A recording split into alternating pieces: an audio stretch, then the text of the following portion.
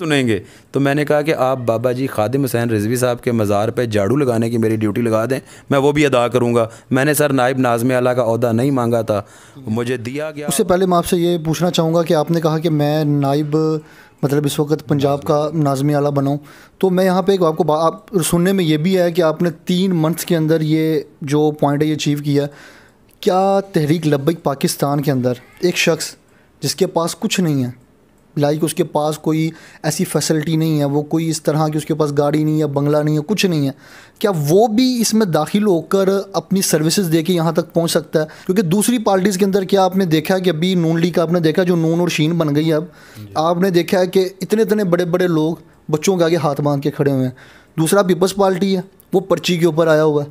तीसरे को कहा गया जी इसको अब मैं वो एस्टेब्लिशमेंट ने इसको अपना लाडला एक्स्टेब्लिशमेंट का इसको निकाल के उन्होंने फिर हीरो बना दिया। क्या हाफिज़ साद हुसैन रिजवी साहब इस चीज़ को मद्देनज़र रख रहे हैं कि मैं पढ़े लिखे लोगों को ज़्यादा स्टेप आउट करके आगे लेकर आऊँ, अपने इर्द गिर्द के जो लोग हैं मैं इकट्ठे करूँ, वो पढ़े लिखे हों, जिनको मालूम हो कि इकॉनमी क्या है, बेसिकली हमने चीज़ों को बीट आउट किस तरह करना? सर बेसिकली अब आपके 2-3 क्वेश्चंस हैं। सबसे पहला क्वेश्चन है कि लाइक अब और लोगों के लिए भी क्या ये अपॉर्चुनिटीज़ हैं कि वो in a shorter span of time इस तरह की पोजीशन में पार्टी में आ जाएं।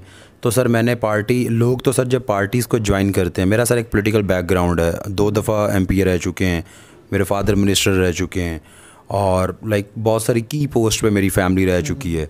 तो लोग तो सर जब पार्टीज़ में जाते हैं तो वो उस वक्त अपनी डील डन करके जाते हैं। अल्हम्दुलिल्लाह हमारे में सर वो ना आदत है ना हमारा वो है, ये ना सियासत हमारा पेशा है।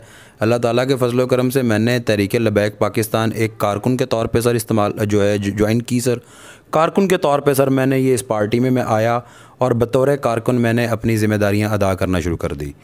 2 महीने के अंदर मेरा वर्क बतौर कारकुन ऐसा था कि मेरे लीडर्स को वो वर्क अच्छा लगा, मेरी स्पीकिंग कैपेबिलिटीज़, उसके बाद मेरी ऑन ग्राउंड वर्किंग कैपेबिलिटीज़, मेरा रिलेशनशिप विद द मैसेज और इस तरह की बाकी और मेरी मैनेजमेंट कैपेबिलिटीज़, उसको मेरे डिस्ट्रिक्ट में सारा मोनीटर किया जाता रहा, मेरी डिविजनल टीम्स मोनीटर करती रही जो हमारी क़यादत है। और उसके बाद फिर सर जी मुझे अपॉर्चुनिटी दी गई और मुझे यहाँ पे ये लाया गया है। तो अल्हम्दुलिल्लाह अभी इस कैपेबिलिटी में भी मुझे मॉनिटर भी किया जा रहा है, मुझे गाइड भी किया जा रहा है और मुझे लुक आफ्टर भी किया जा रहा है। तो ये सर ये कोई ऐसी बात नहीं है कि कोई डील हो जाए या आ जाए। मैं किसी और जमात में जाता तो शायद मैं आपको ये भी बता दूं कि मैं डे 1 पे निगोशिएट करके जाता तो शायद इससे ज़्यादा की पोस्ट पे जा सकता था। तो इस जमात में सर की कोई पोस्ट जो है, मुझे आके ये चीज़ पता चल गई है कि इस जमात में पोस्ट कोई अहमियत नहीं रखती सर। इस जमात में मैं तहरीक लब्बैक पाकिस्तान में आया हूँ तो मुझे जितना ज़्यादा अप्रिशिएट उस वक्त मैसेज की तरफ से किया गया, लब्बैक के लोगों की तरफ से किया गया, उतना शायद मुझे नाज़िम आला बनने के बाद भी रिस्पांस है, लेकिन उस वक्त मुझे ज़्यादा रिस्पांस दिया गया, बहुत ज़्यादा रिस्पांस था।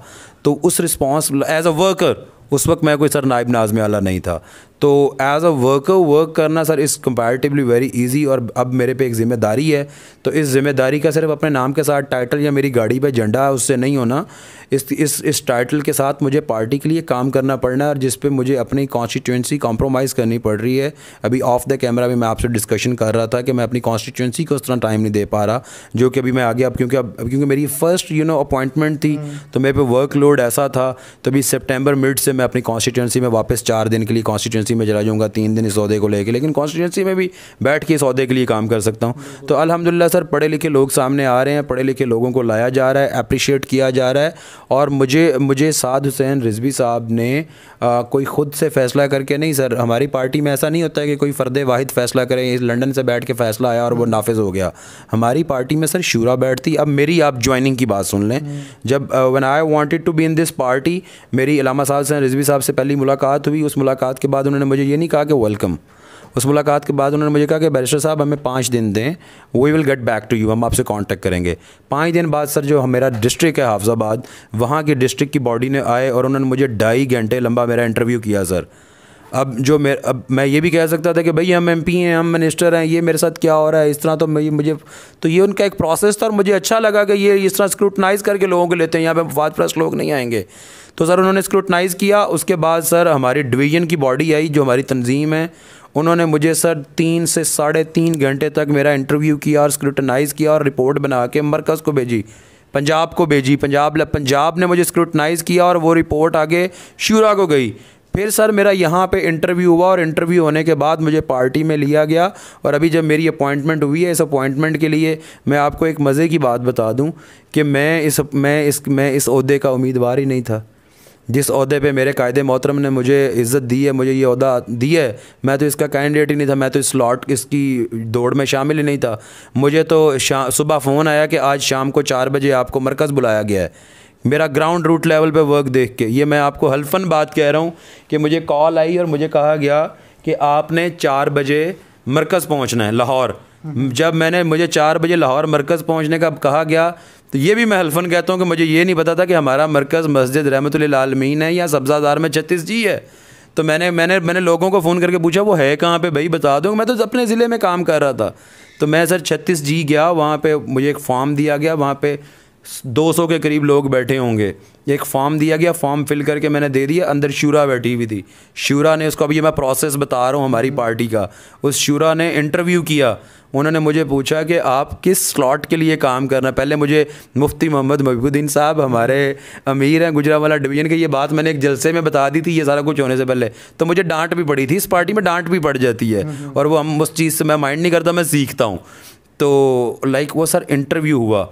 उस इंटरव्यू में उन्होंने मेरे से पूछा कि आप इस पार्टी के लिए कौन सी आपकी ज़िम्मेदारी लगा दी जाए तो आप उस ज़िम्मेदारी को अदा करना चाहेंगे। ये इंटरव्यू सारे सुनेंगे, सबके पास जाएगा जिन्होंने इंटरव्यू किया, मेरे कायदीन वो भी सुनेंगे।